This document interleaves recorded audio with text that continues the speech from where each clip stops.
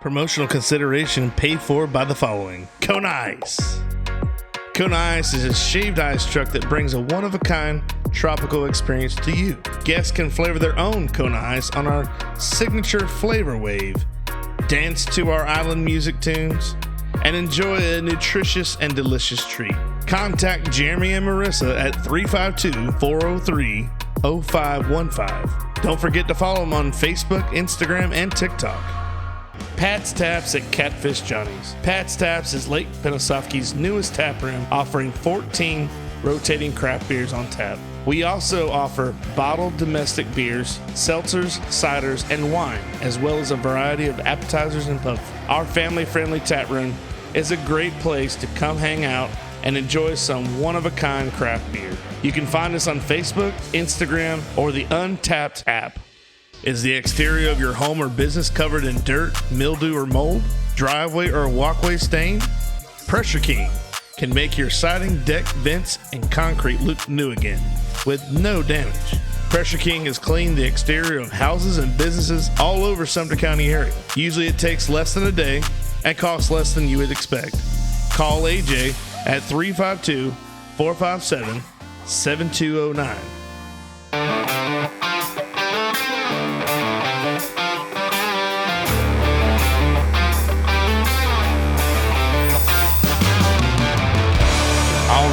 All right. Welcome back to the Goblay Show. I'm your host, Billy Goble. And today we have a very special guest, former UF softball player and champion, national champion. It's a great honor to have her on the show. She was willing to come on without hesitation, and that's a good thing for everybody to hear. They want to know a little more about Miss Kirsti Merritt-Jessmer. Kirsti, welcome to the Goblay Show. How you doing? I'm good. I'm excited to be here. I feel like I haven't talked softball or sports in like 3 years, just because I feel like I'm just always talking to a 2-year-old now. You've kind of expanded your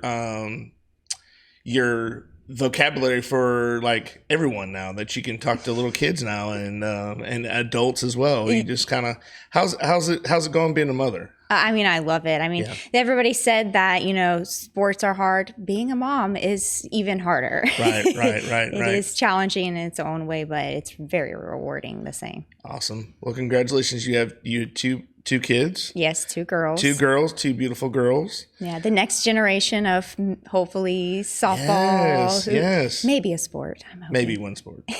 A few more and you can have your own team. Yeah, absolutely. Devin said he's hard done after number 3. He was like, we cannot have any more children. He's shooting for a boy. Yeah, I said I would go for 4th if we had a 3rd girl. Well, there you go.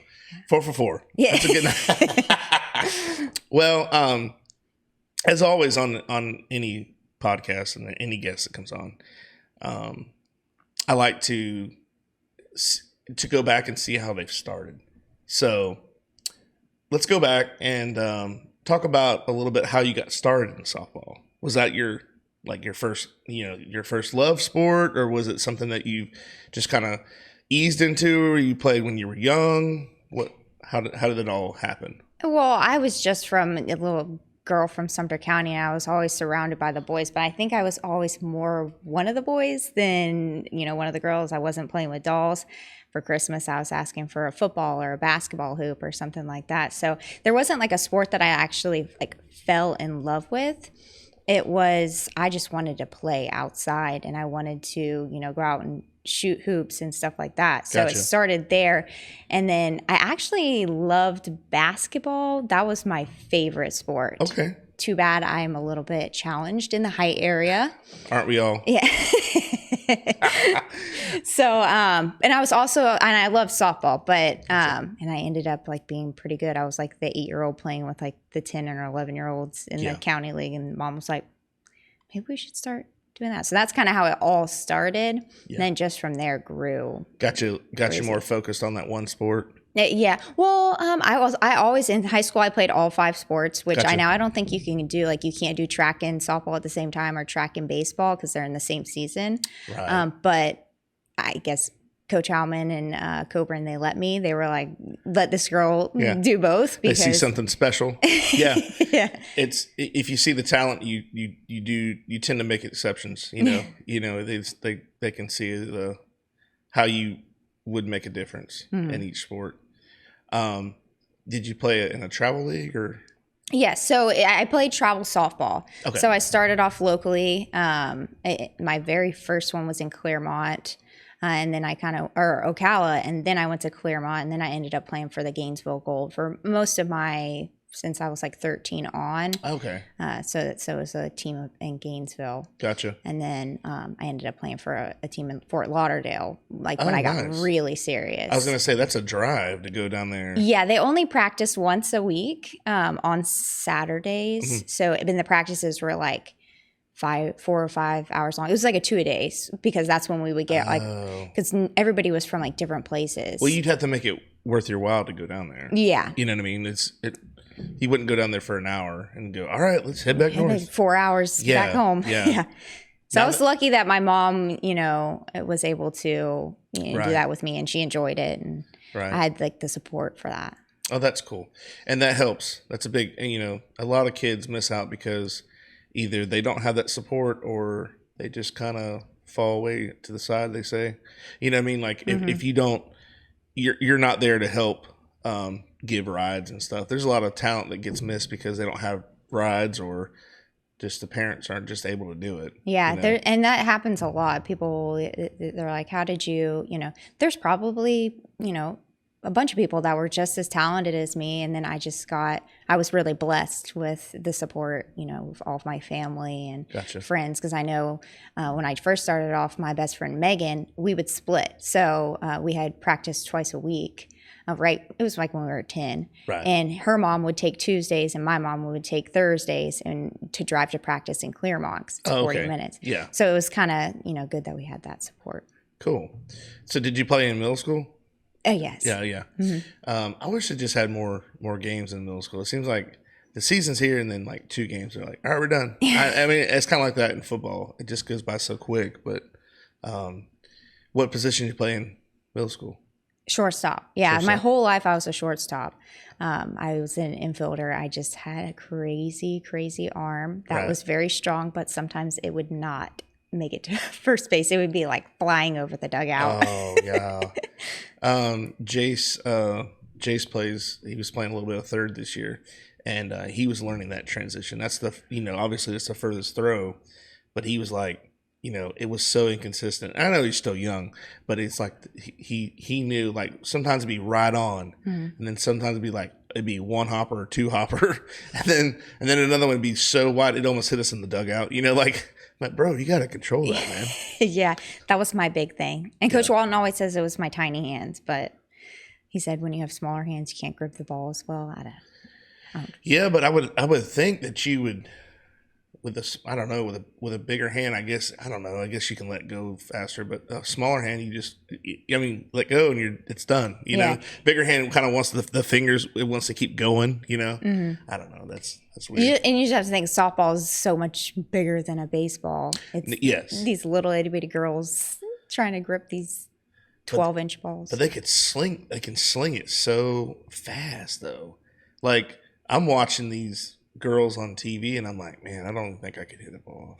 I mean, they're like, and the way the motion, the whole like slapping on the thighs. I'm like, oh god, that would be horrible. Yes, I can see it horribly going wrong for a guy, male. But so you played in middle school, and then high school. You get to high school, and who was your coach in high school?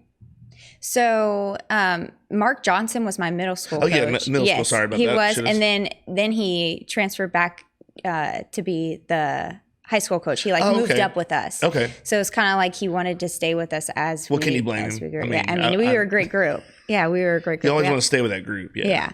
So he did that, and then Heather Kadur, she coached as well. So okay. Those were my coaches during that time. Okay.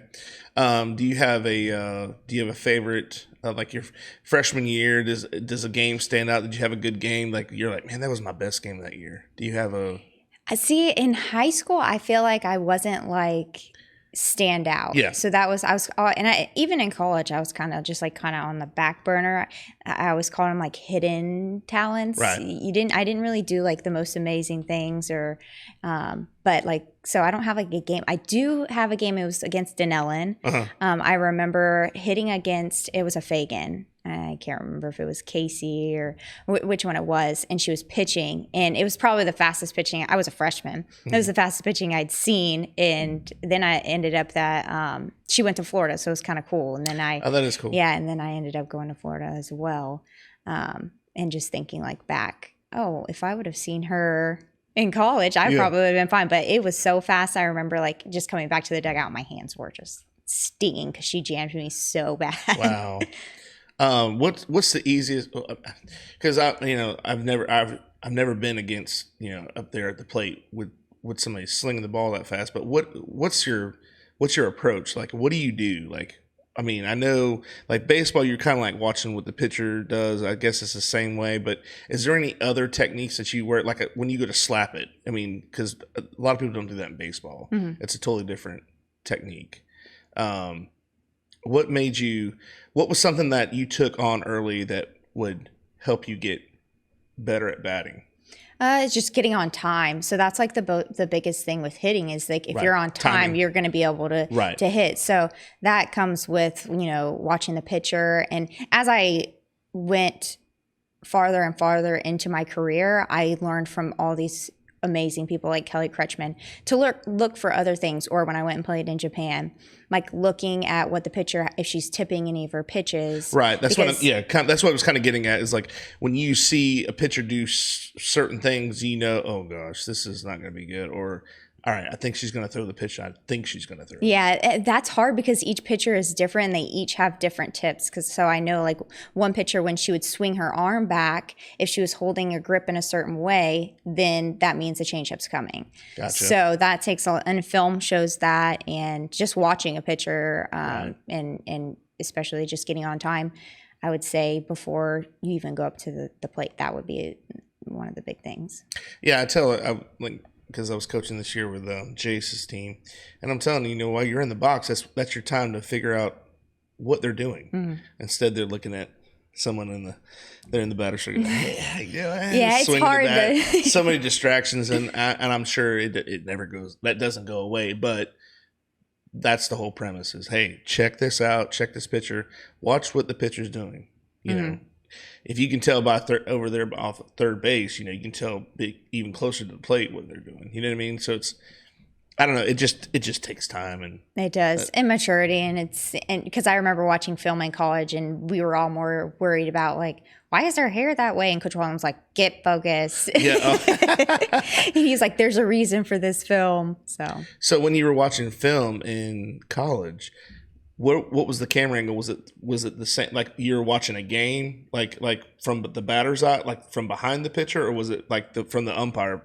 Like how do they do that? So when we would watch film, it was all different things. So Coach Walton had a little booklet, and it would pretty much just write down all of the good and all of the bad things. So he would reward us, but also like the things. So it was pretty much just watching like the game from.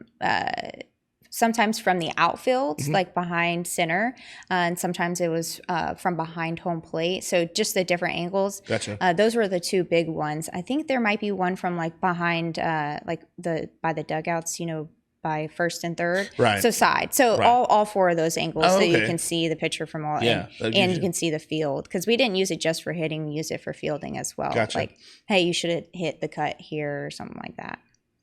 And are you paying attention to like? See, I don't know.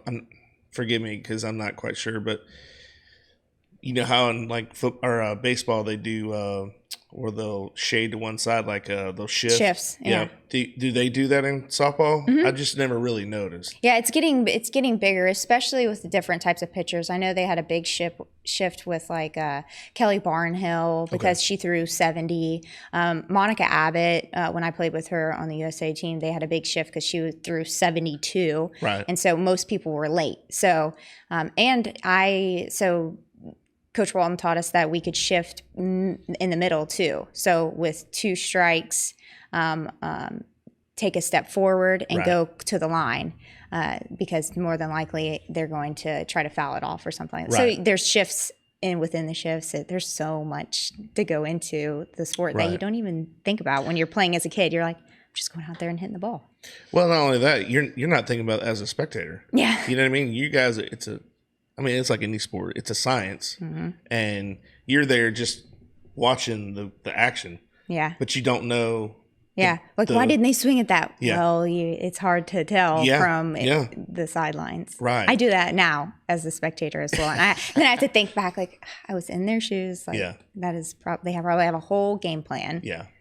So you don't realize the schematics and stuff, the whole layout, why you're doing this for this reason and blah, blah, blah. And then once you're there, you're like, oh, this totally makes sense. When you were in high school, were you thinking that, or was it just like, hey, let's just go out there and just do what we do? Just go out there and just do what we do, which is, which I think was good. Yeah. Well, you were having fun. Yes. So. Yeah. And it didn't like put too much pressure on you. You're just kind of just go out there and playing. And that's what whole going to different levels is about, is learning more. Right. So at each level, I had great coaches. Right.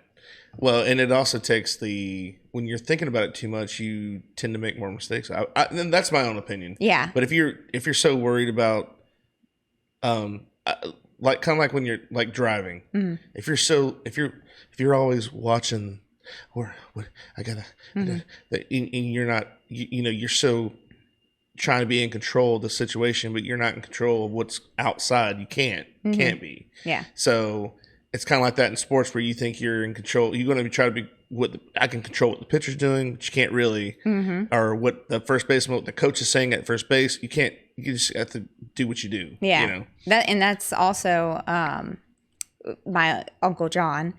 He, as I kind of went, he like got into like Florida and all that, he would say, you're thinking too much. And so like sometimes, especially like my freshman and sophomore year, I would come back and we would just get back to the basics and hit together. Right. And then like that next weekend, it was, everything was kind of cleared out and went back to the basics and kind of what I, needed to do. So sometimes that's even what you need, just shut off your mind. Right. You do think too much, but yeah, it's a hard balance. Right. That's why it's very important when you're up there to hit, especially, or when you're pitching or whatever, just to step back and take a deep breath and just go, you know what? It's not, I don't know. I think we just over analyze things so much where we make things more complicated than they really are.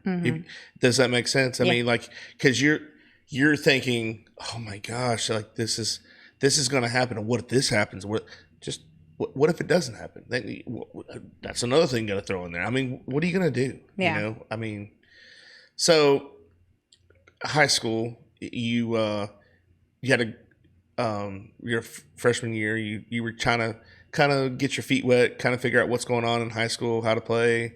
Any standout moments? You said the Denellen game, but I can't remember those years. I'm trying to remember when, like, playoff wise, did we So we never really made it super far into playoffs. I can't remember. I have a terrible memory. That's like the one thing about me, is I cannot remember even like a year ago.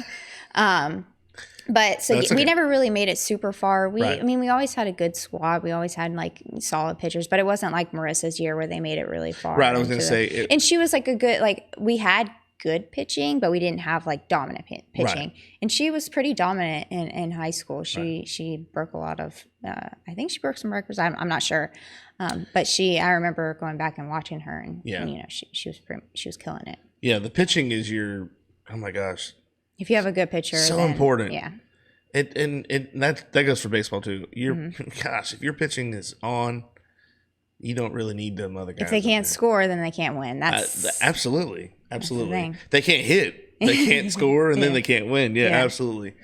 Okay, so you graduate 2012? Yes. Okay. So you graduate in 2012, and tell me what the recruiting process was for UF. Like what they all, who came down, said what, I mean, how'd that go down? Yeah. So for softball and baseball, I can't speak now, but like whenever you had to be in travel ball, so they weren't like coming down. I don't know. Oh, they didn't come to schools? No, they don't come to like high schools. Oh, yeah. okay. So that was like the big thing is why some girls don't play high school ball, but I liked it because I liked playing with my friends. Right. It was something fun, different. It wasn't pressure. Right. And so like Coach Walton never came to our high school game. He would come to my travel ball practices. Gotcha. So I only was recruited by like three or four schools. My two big ones were USF and UF. Okay. And USF wanted to make me a shortstop. He was, pretty much saying like you would have a good spot here. And then Coach Walton, but Florida was always my dream. Right. And Coach Walton, he said, it's going to be hard. Like, you don't have a lot of money. I don't have a spot for you. But that was just kind of I wanted to chase a dream. And that's kind of how it went from there. And I remember going on an unofficial and just falling in love and saying, the next day I called him, I was like, I want to be a Florida Gator. And he's like, all right, well, then we'll make it happen. So cool. So it was like, that's why I said it was just, I feel like everything, all the pieces just fell into place for me. It was just meant to be. Oh, yeah. That's always, I mean, it's key, but it's always helpful when they do. I mean, it's obviously nice when they kind of, everything gels, So you go to Florida. What was something that made you fall in love with University of Florida? How Coach Walton ran his practices. Yeah. So, leading up to college, your practices are 2 hours and you kind of dilly-dally around. There's a lot of standing time. When he was at practice, they were busting their butts the whole time. Wow. I think I went and watched an individual, and I watched Francesca Nea, who was she was there in 2008, 2009. And she was in right field, and they were just for 30 minutes because individuals is like before season, off season. And it's just 30 minutes with 2 or 3 people, and he's just killing her in the outfield, like ball after ball after ball. And then she went to hitting for the 15 minutes. So it was like 15 minutes of fielding, 15 minutes of hitting. Right. And then, then they had real practice on our official visit. But I just watched the individual and was like, this is how I want to play the game of softball. Right. And he kind of reminded me of my Uncle John a little bit. So that also helped. Yeah. To find out they're nothing alike. After I went there. Yeah, you find out that they have some similarities, but what do they call that? The doppelganger, whatever, whatever it's called. Your twin. Yeah. You're not going to get the same guy, but I get that. That's awesome. So yeah, I can understand why you kind of went that way. A lot of people want a coach that's like that. They don't want to. I mean, there are some majority of the time they want to go, we don't do anything. Awesome. But somebody wants to be there. A lot of people want to be pushed to be the best, and you don't get pushed unless you have a coach like that. Yep. And that's like our high school football team. These guys get out there and they demand.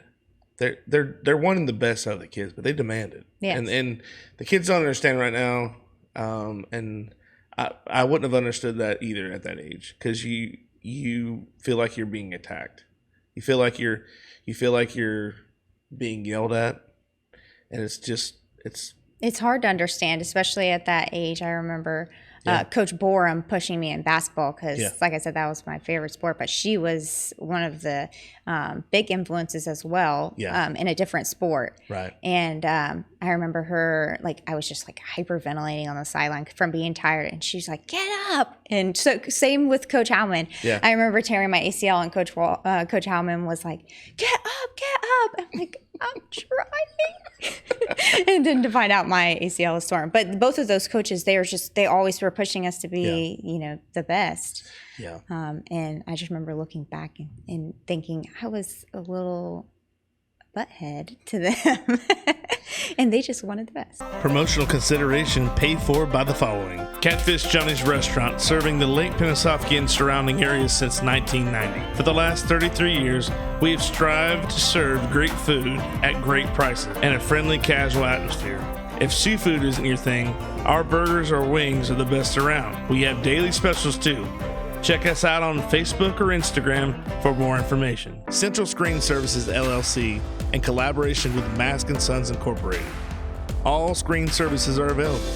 We offer a variety of colors, durability, and sizes for all your screening needs. Pool areas, patios, and more. Call 352-603-4099 today for your free estimate. Proudly serving all of Citrus, Sumter, Hernando, Lake, and Pasco counties. To find out more, check them out on Facebook.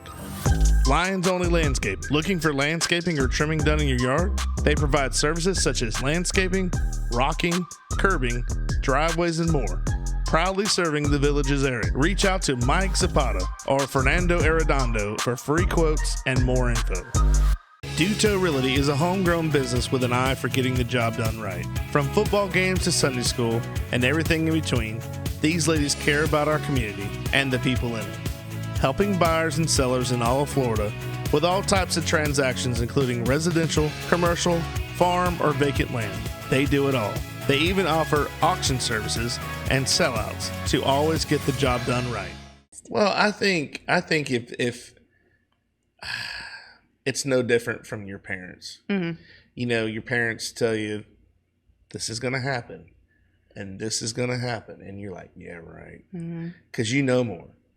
Everybody goes through. It's just the adolescence of life. You don't know what you're talking about, but you think you do. Mm-hmm. And there's nobody in this world that has never been through that. And just to have that moment of, oh my gosh,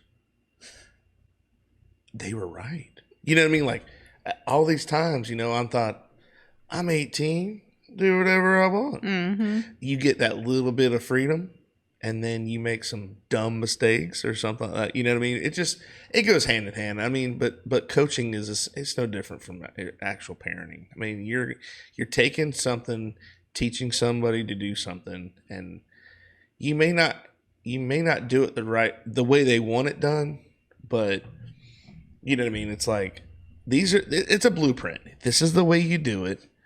You can do it your way, but sometimes it won't work out that way. You just need to be prepared that in case you do fail, you need to have a backup plan or this or that, and a lot of kids realize that once they get out of school, they're like, oh my gosh, coach was right. Yeah.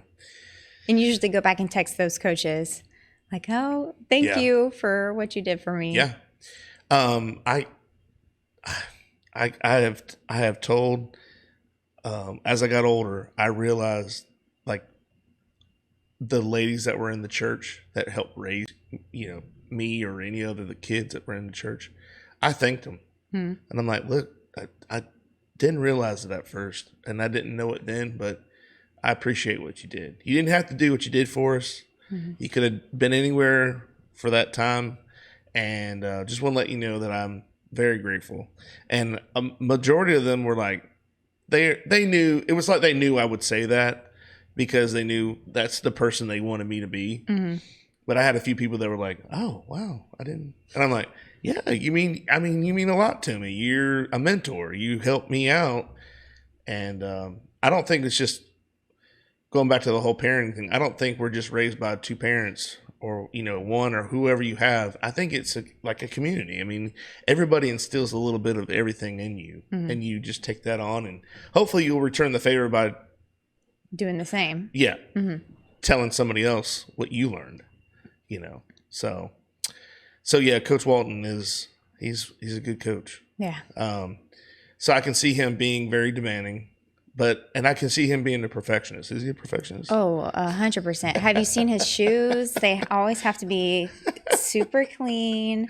Everything has to match so the right way. But yeah, perfectionist is what he strives for. We all know that that's not possible, but that's what we strive for, especially in defense.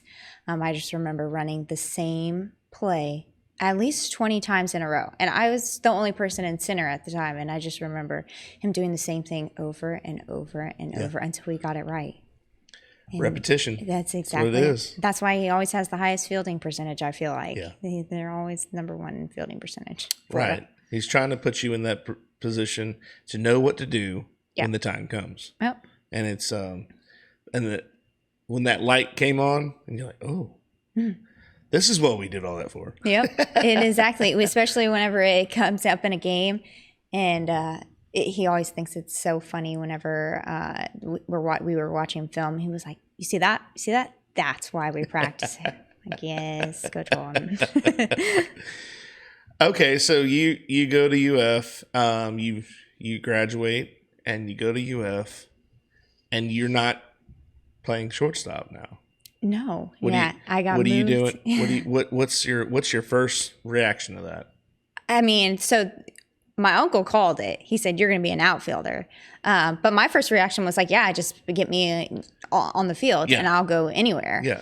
And so they put me in the outfield because it was better for my throw. Because remember, like I said, I was never really like super accurate.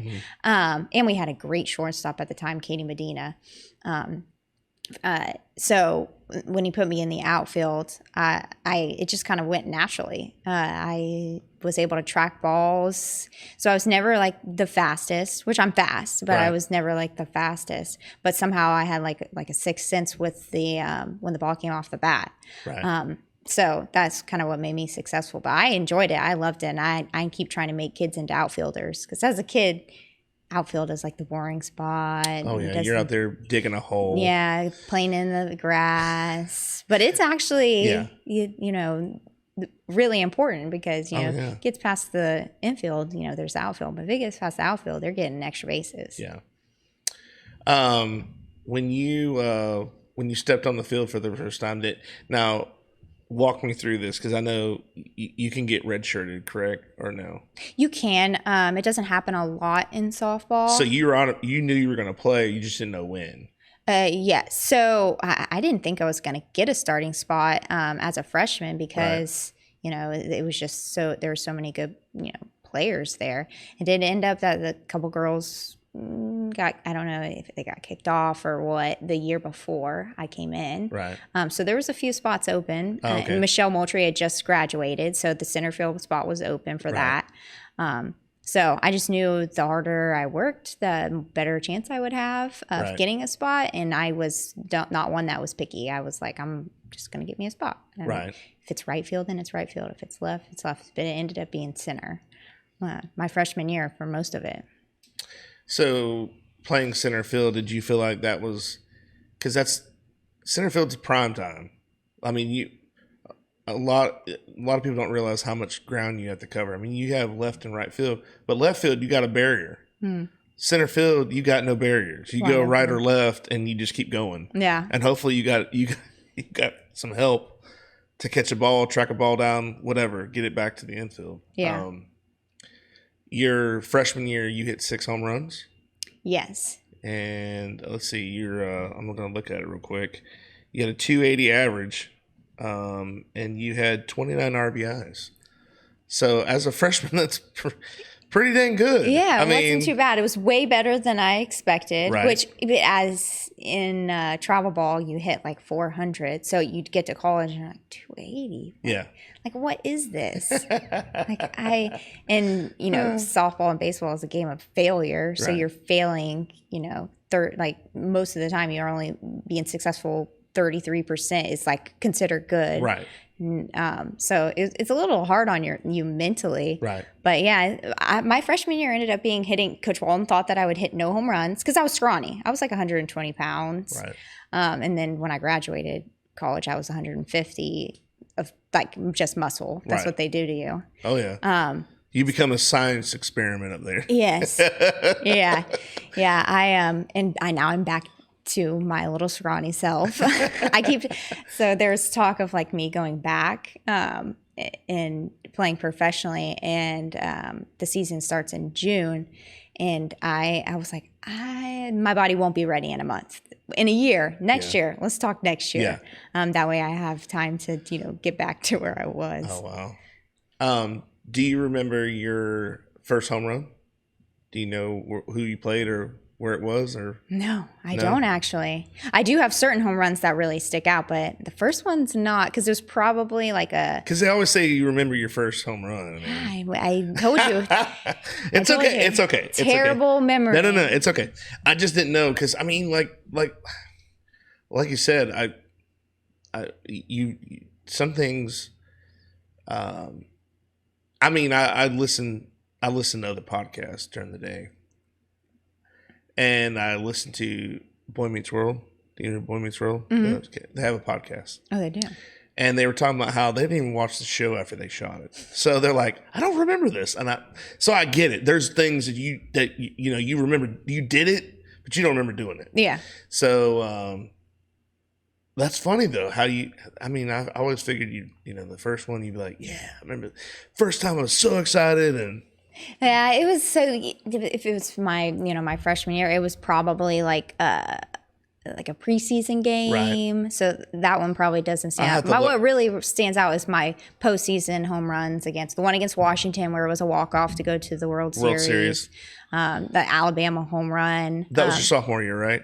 Yes, these are all, Right. That and the home run against Alabama was my sophomore year. Sophomore year was like a really good year for me, right. Like hitting wise. And then I guess a home run in that SEC tournament my freshman year. That probably was the one that stuck out. I hit a home run, probably I think it's against Kentucky, for us to win the SEC championship. Well, you were SEC tournament MVP. Yes, that was as a freshman. Yes, that was the first ever. Time. Mm-hmm. First time. That's awesome. Yeah, that's a. I mean, you don't have to be too modest. That's something you can be proud of. I mean, that's a big deal. Yeah, that was probably like the first time that people like ever noticed me. Right. They were like, "Who is this Kirsti Merritt from Lake Panasoffkee?" Yeah. I was like, and I remember before I was like doing pull-ups on the dugout. That was like mine and my strength coach's thing. We would just do pull-ups. So that was like the first time that I was like on TV right. on ESPN. So they were videoing it. And then I hit the home run. They were like, maybe everybody should start doing pull-ups before.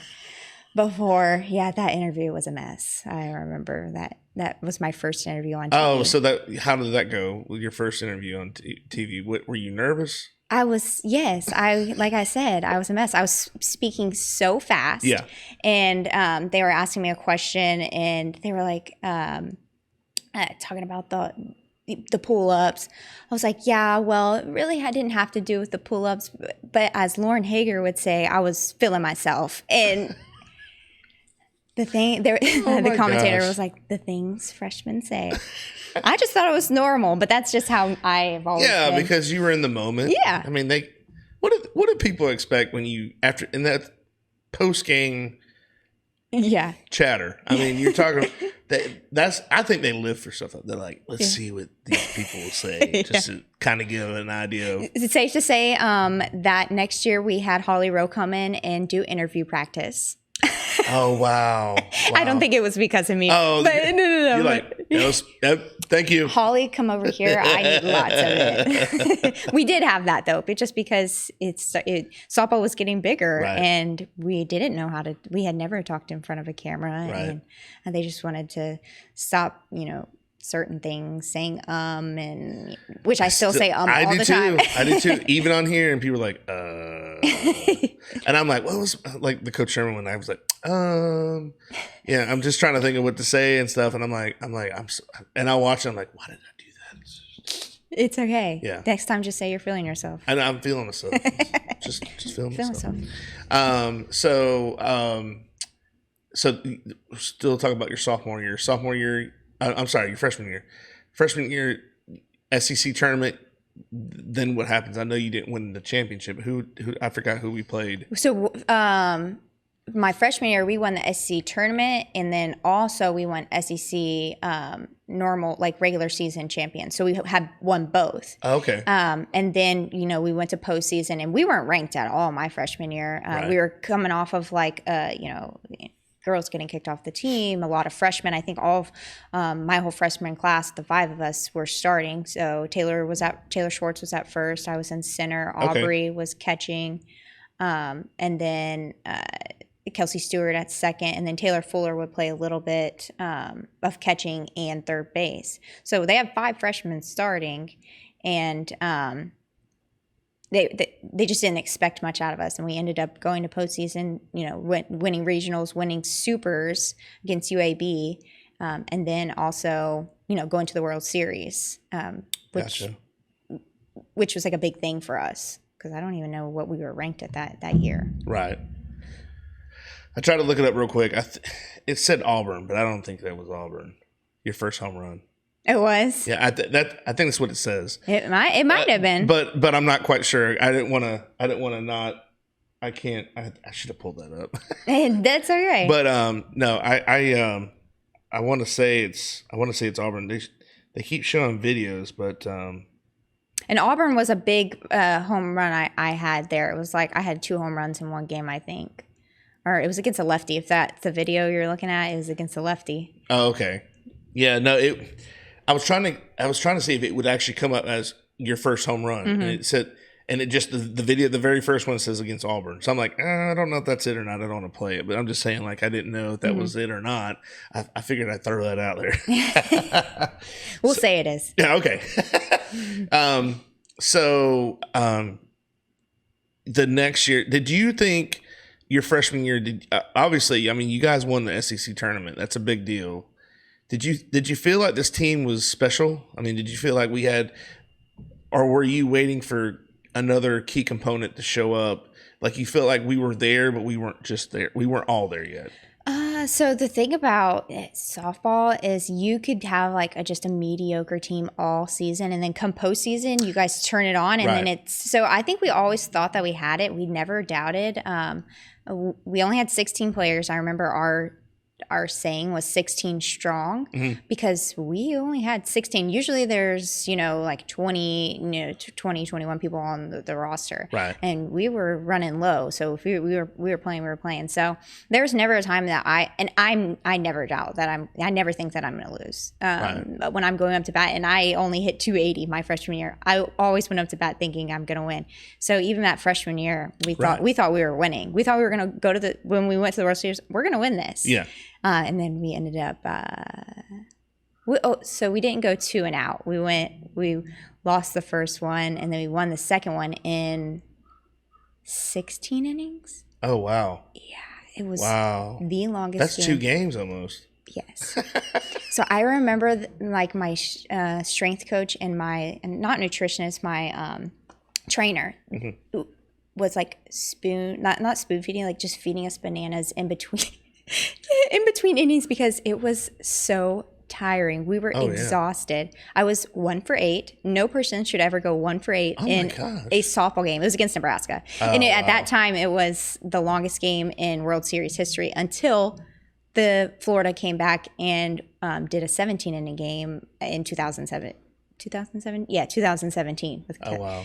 Yeah, it was the longest game. And the game should have been over in the 7th inning because I caught this ball in center, which they didn't call a catch, which now they have reviews and you can, they like do the little thing. Oh, yeah. They'll review it. Review it on the field. And if they would have reviewed it, they would have saw that it was a catch and over in the 7th, but they didn't. Wow. And so then they tied it up. It was such a long game. So we won that one, but it was like midnight before we finished, and then we had to turn around and play again against I was going to say you had Texas. to turn around and go right back to it. At like I think we played at noon the next day. Oh my and gosh.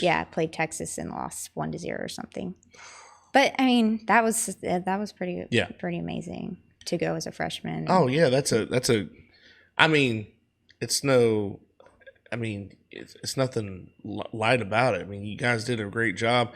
I mean, you had to go through all these obstacles. Mm-hmm. And then the next year, you had an even better year. Oh, yeah. Your sophomore year, you said that was even better. Now you're batting for your sophomore year, your .299 average. Yes. With 13 home runs and 52 RBIs. Yes. So the ribbies it's a ribby party. Yeah, it was almost double. Like and Coach Walton doesn't, so I batted second most of that year. Right. He doesn't look at just your batting average. Right. He looks at on-base percentage. And the on-base percentage is like a bigger one than he looks at, the batting average and also your RBI. So like in pressure situations, are you getting those runs in? So if you're hitting 300, then that's fine. As long as you're, getting the run. And I think that year I got hit by so many pitches. I was going to say, your Uncle John said, Coach Kinley said, I think you set a record Oh yeah. for hit by pitch. Yeah, I lead SEC. I think I might lead like D1 softball in hit by pitches. I was hit so many times. They thought I was leaning in front of it. Yeah, I led it. I remember, so my Wow. friend Alicia Ocasio, she was commentating a Florida game, and they were talking about Kelsey Stewart leading in triples and other categories. And I was looking up like all the stats, and I was like, don't forget about one of the most important ones, hit by pitches. It's a funny one to lead, but that's a free base too. It is. I mean, it's a unique strategy, but Yeah. I mean, it's a free base. Yeah. I mean, I was never leaning in front. It was just the way that No. I mean, and that's the thing is, I mean, there are people that do that. But, there are. It's so your teammates. Can you name a few teammates that year or your sophomore year? I could probably name all of them. All of them. Let me see if you got it. The starting lineup. You got to start. I do. Kelsey Stewart, me, Lauren Hager. Let's see. Stephanie Toff hit fourth. Fifth was probably Taylor Fuller. Mm-hmm. Then it gets fuzzy from there, because at that spot they kind of like move people. You would move around. Yeah, they would move people around. Gotcha. But Taylor Fuller would come in there. Justine McLean would probably hit ninth. Yeah. So, but the top five or top four were always interchangeable. What about Bailey? Bailey Castro, yeah. So she would come in right there fielder. too. Yeah. So she would usually hit like fourth or fifth, but it probably fifth. Yeah. That's usually. And then Aubrey was like almost last. She was like a DP. Yeah. So a lot of times that he would use her for defense. Gotcha.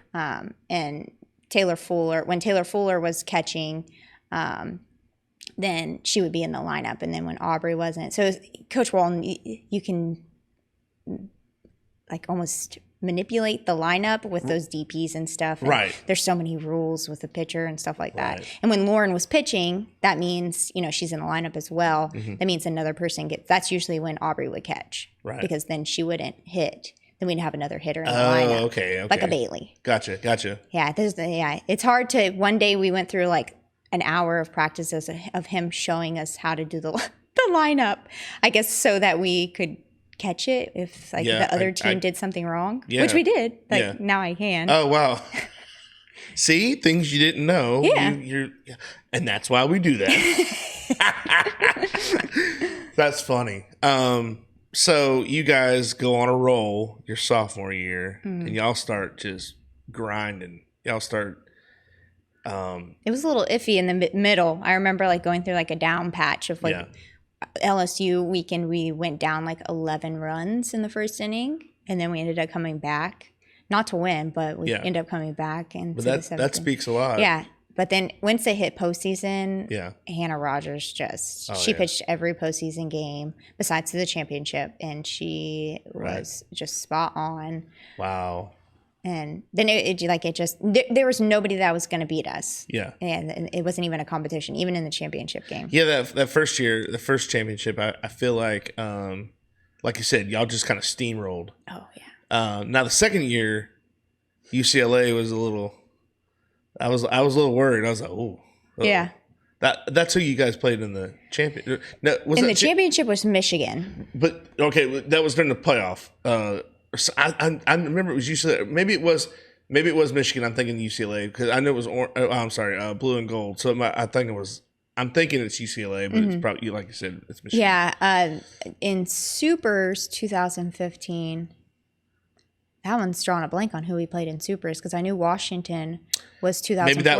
Maybe that was it. I was maybe I have to look it up, but I do remember. Like I said,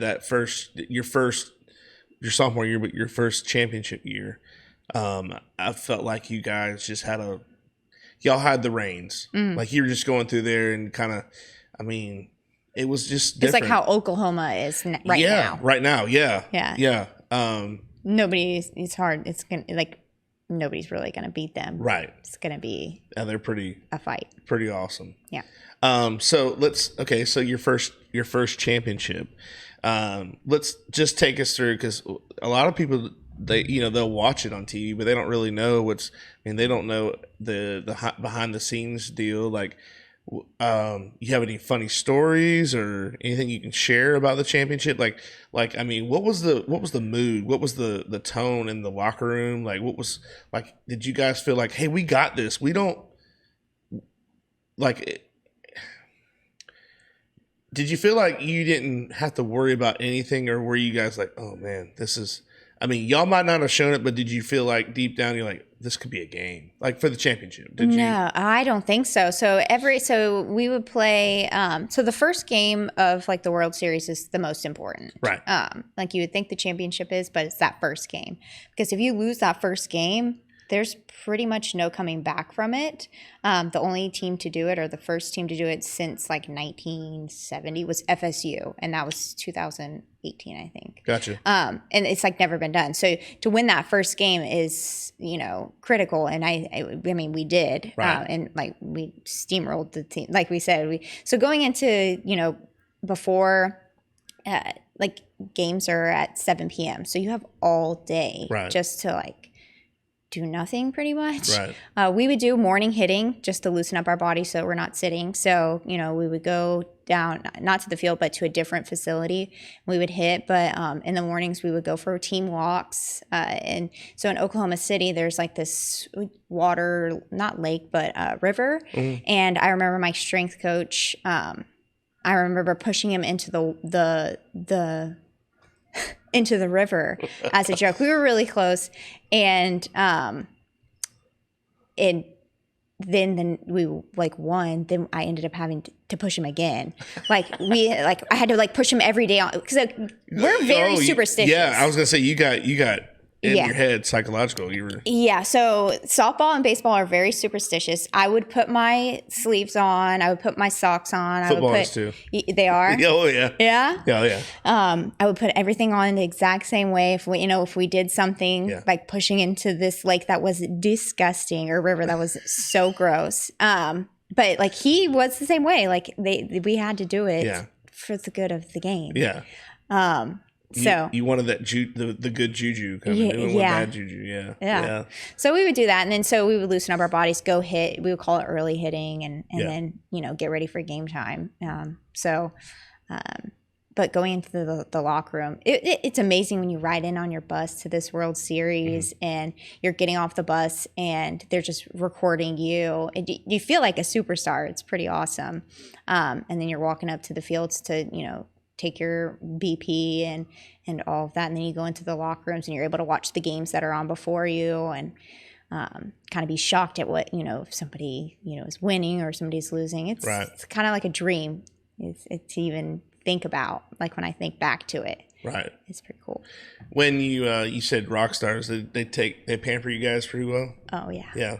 Which they're even pampered even more now. Well, so. I mean, you should, because you're in the championship. I mean, you did a lot to get there. I mean, right. It's not like it's... Now they charter everywhere. So because the baseball team can charter their flights, now the softball team gets to charter. But when I was there, we were flying...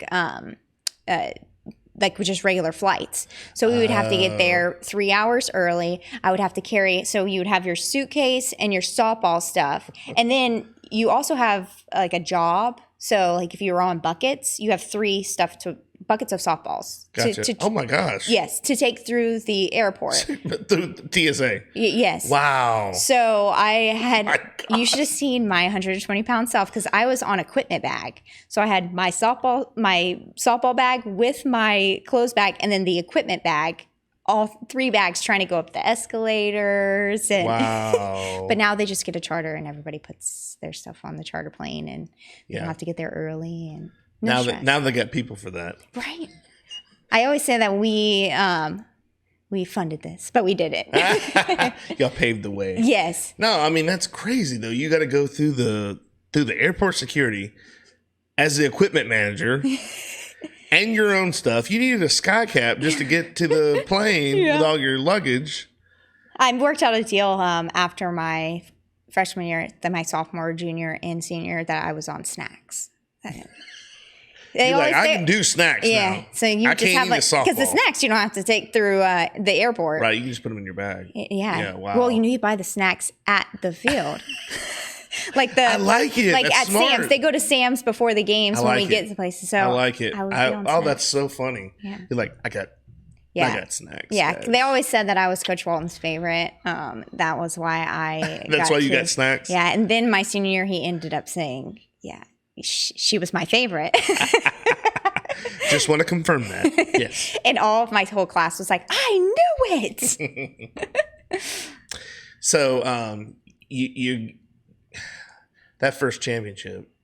Tell me how that moment felt when that last out was there and you guys dogpiled each other on top of that. And that was a good dog pile. Oh my gosh. I saw you come out. I'm like, just kind of like. You have to like stitch a picture of that in this because it was a monster dog pile. I was just flying through there. I headbutted somebody in midair. But you didn't care. You're like, I don't even care. Yeah. That moment was so Heather Braswell, she was through this foundation that Francesca Nea, that person who I mentioned in the 2008-2009, she started it, and Heather had brain cancer, and so she, I was gonna go ahead. I was gonna ask you about that. Yeah, so she had kind of went to remission, and then it came back, and then so during that 2014, things it took a turn for the worst. Right. So she ended up being